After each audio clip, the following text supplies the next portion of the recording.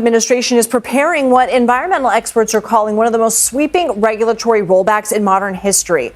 The president plans to revoke the EPA's legal authority to regulate carbon emissions on Thursday. If it's withdrawn, it could upend decades of U.S. climate policy. A single EPA determination from 2009 sits like a keystone under America's modern climate rulebook. According to public reporting, the Trump administration and the EPA are moving toward rescinding the endangerment finding. The conclusion that greenhouse gases threaten public health and welfare. On paper, it reads as an executive rollback. In practice, it starts a lawsuit timer and hands the tempo to courts, procedural law, and the government's own administrative record.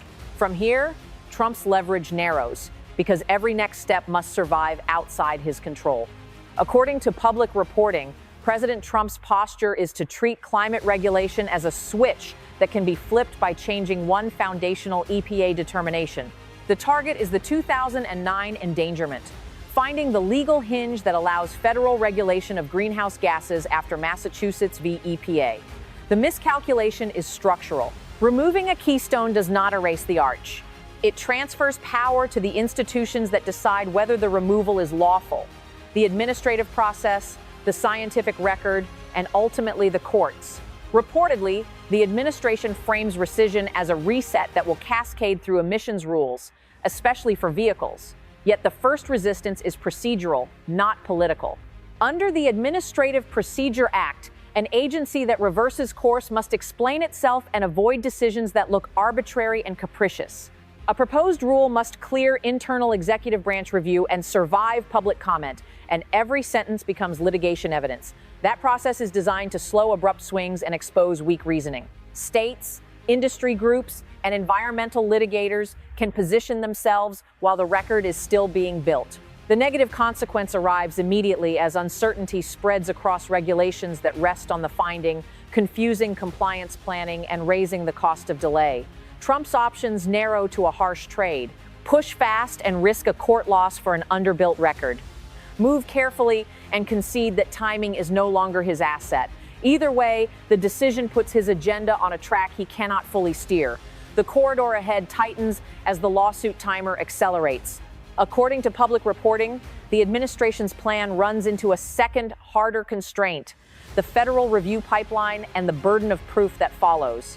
Reportedly, the proposal has moved through the Office of Management and Budget Review process, a choke point that forces justification, cost framing, and legal defensibility before the public even sees the full text.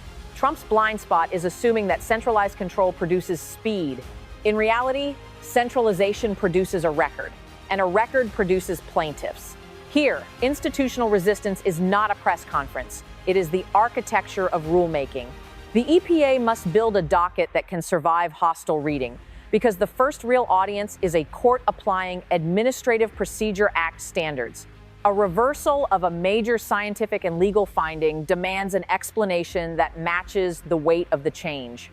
Courts expect agencies to acknowledge the prior position, confront the evidence, and justify the new approach without gaps that look like pretext. Massachusetts v. EPA still sits in the background as a reminder that greenhouse gases can be regulated and that the agency cannot simply pretend the question disappeared. Public comments can flood the docket with scientific critiques and economic counterclaims, and the agency must answer enough of them to avoid reversal. According to public reporting, this is why even supportive administrations fear a poorly built rollback. A weak record can be stayed, enjoined, or sent back for revision, turning a signature move into a stalled docket number. That outcome is destabilizing even before a final ruling, because the mere threat of litigation can freeze downstream policy and invite competing state-level actions. The negative consequence is cascading uncertainty. Auto and energy rules that rely on the finding become harder to plan around, and states can prepare parallel strategies that deepen fragmentation. Trump's remaining options shrink to three unpleasant lanes: accept a slower process to harden the record, rush and invite an injunction, or retreat into narrower changes that undercut the political point of rescission. Pressure rises as each procedural gate converts a political decision into a legal vulnerability. According to public reporting, the climactic moment is not a signing ceremony. It is the instant the rescission effort becomes a formal legal object with deadlines, review checkpoints, and a paper trail that opponents can sue over. That is the lawsuit timer. Once it starts, Trump stops being the driver and becomes the subject of a process designed to be contested. Trump's decision is to aim at the foundation rather than at individual rules. In his framing, removing the endangerment finding collapses the regulatory structure above it. The miscalculation is that foundations are defended by institutions that treat stability as a default. Courts do not ask whether a rollback feels decisive. They ask whether the agency explained itself, handled evidence responsibly, and followed required procedure. Reportedly, environmental groups and allied states have signaled that they will challenge any attempt to rescind the finding. This matters because the typical litigation path is predictable even when the outcome is not. Plaintiffs target the administrative record, the agency's explanation, and the statutory interpretation. They seek emergency relief to pause implementation. They argue that the rollback is legally defective.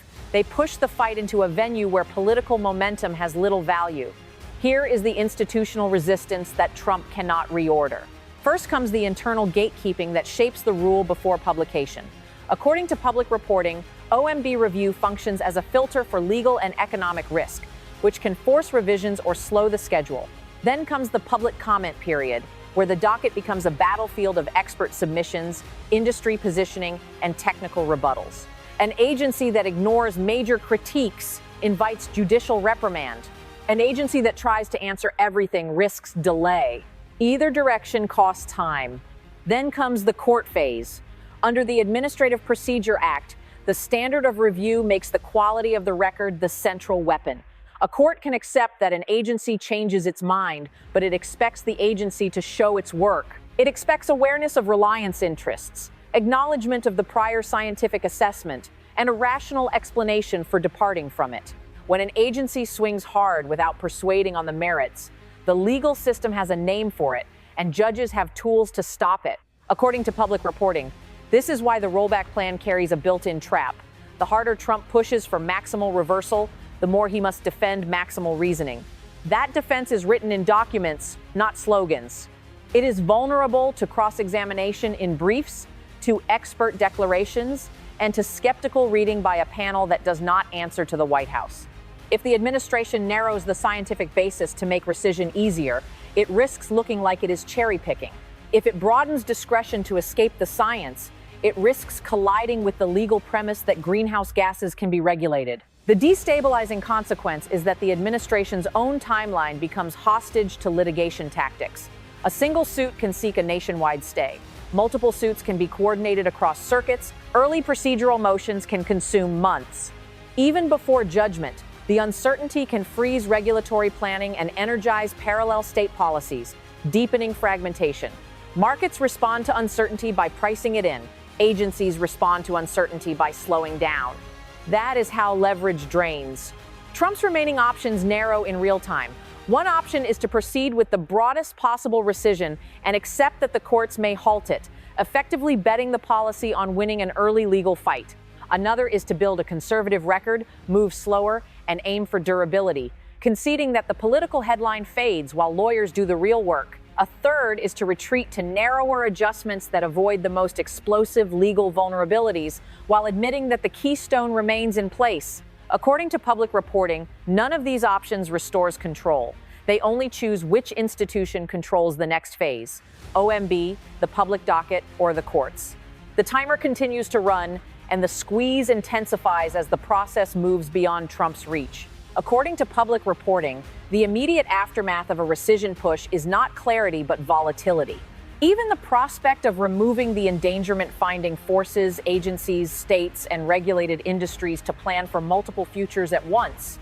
That is a negative consequence in itself, because compliance timelines, investment cycles, and enforcement strategies do not pause simply because Washington is litigating. According to public reporting, this volatility also creates a messaging gap that Trump cannot close with rhetoric. If courts pause implementation, the administration owns the disruption without delivering a durable result. If courts allow parts to proceed, opponents can still stretch the fight through appeals, keeping the policy in limbo. Reliance interests become a legal and practical constraint because businesses and states argue they planned under the old framework and deserve stability. Trump's posture remains maximalist. Hit the foundation and expect downstream rules to fall. The blind spot is the institutional preference for continuity. Courts and administrators treat disruptive reversals as suspect unless the justification is unusually strong. Reportedly, critics argue the administration is inviting a legal replay of earlier climate fights, where ambitious rollbacks stalled under judicial scrutiny and returned as revised, narrower rules. Institutional resistance tightens through predictable channels. States can assemble coalitions, file challenges, and push their own regulatory pathways, increasing fragmentation. The EPA must answer the administrative record's toughest criticisms or risk remand. OMB review and interagency inputs can force rework, shrinking the administration's room to maneuver. Each step converts a political aspiration into a procedural burden. Trump's options now compress into damage control. He can slow down to fortify the record, admitting that the process, not his timetable, sets the pace. He can press forward and accept higher odds of a court-ordered pause. Or he can pivot to narrower rule changes that preserve the finding while changing implementation, sacrificing the symbolic win to avoid a collapse in court.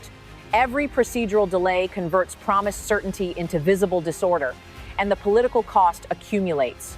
The squeeze deepens as uncertainty hardens into litigation-driven paralysis. According to public reporting, this is the point where Trump's strategy reveals its true shape. It is not a clean deregulatory victory. It is a wager that the EPA can unwind a foundational finding without being stopped by procedure, science, and judicial review. That wager makes Trump reactive because each new constraint forces a choice between political speed and legal durability. The miscalculation is treating courts as an afterthought. In reality, courts become the main arena, and the administrative record becomes the battlefield map. If the record is aggressive, opponents attack it as unsupported. If the record is cautious, the rollback slows and loses force. Either way, the institution Trump cannot control is the one that decides what survives. The destabilizing consequence is a prolonged period of uncertainty that spreads well beyond the EPA. States can harden their own approaches. Regulated sectors can face shifting expectations. Federal agencies can hesitate as litigation risk rises. Trump's remaining options are narrow and unattractive. Proceed at maximum scope and accept a high chance of a court pause. Slow down to build a stronger record and accept political drift. Or abandon the foundation fight and pursue smaller rule changes that concede the endangerment finding remains intact. Control now shifts away from campaign-style declarations and into filings, schedules, and standards of review.